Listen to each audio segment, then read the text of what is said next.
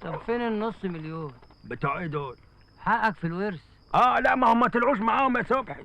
امال ما فين؟ طلعوش معاهم يا عم. امال طلعوا فين؟ ما اصل ابويا الله يرحمه وهو في قلب السير وبيرفص في الروح، قال لي عمامي ان هو باع البهايم اللي عنده لتاجر بهايم وساوي كبير قوي، جزار جامد قوي في المذبح في مصر، فانا هنزل مصر بقى عشان خاطر ادور عليه. امان عليك يا بوح، اول ما تنزل مصر تبقى تروح تزور شارع الهرم. عينيا، بس اول ما الاقي محروس الضبع ده، الاقي محروس الضبع يا معلم، وكل شيء هيتظبط. وكمان تروح كازون الكوستنترياس هو الواد قطعوا له لسانه في الخناقه ولا ايه؟ كازينو الكورتنتيالو ده انت اصلا ما تعرفش ايه اللي بيحصل فيه. فاكر يالا يا حسني؟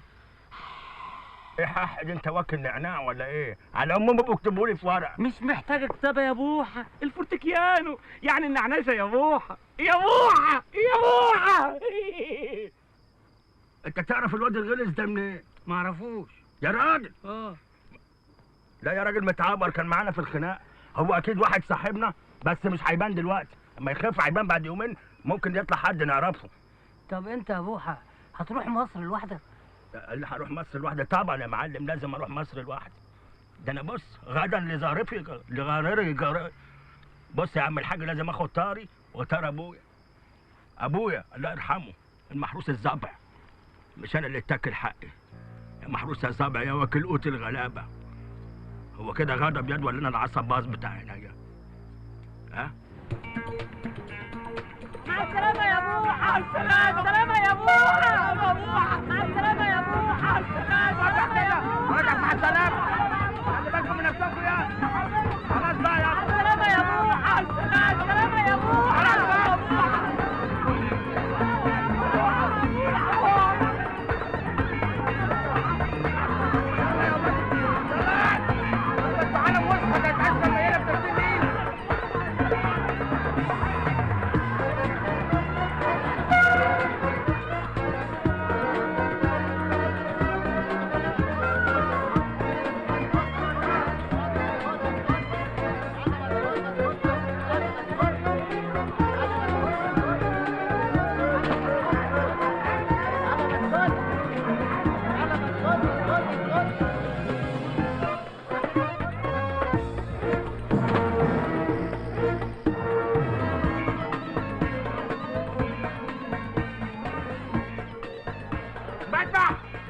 المذبح يا عم الحاج، المذبح يا عم الحاج، سبح يا عم الحاج، المذبح سبح المذبح يا عم الحاج، شارع الهرم.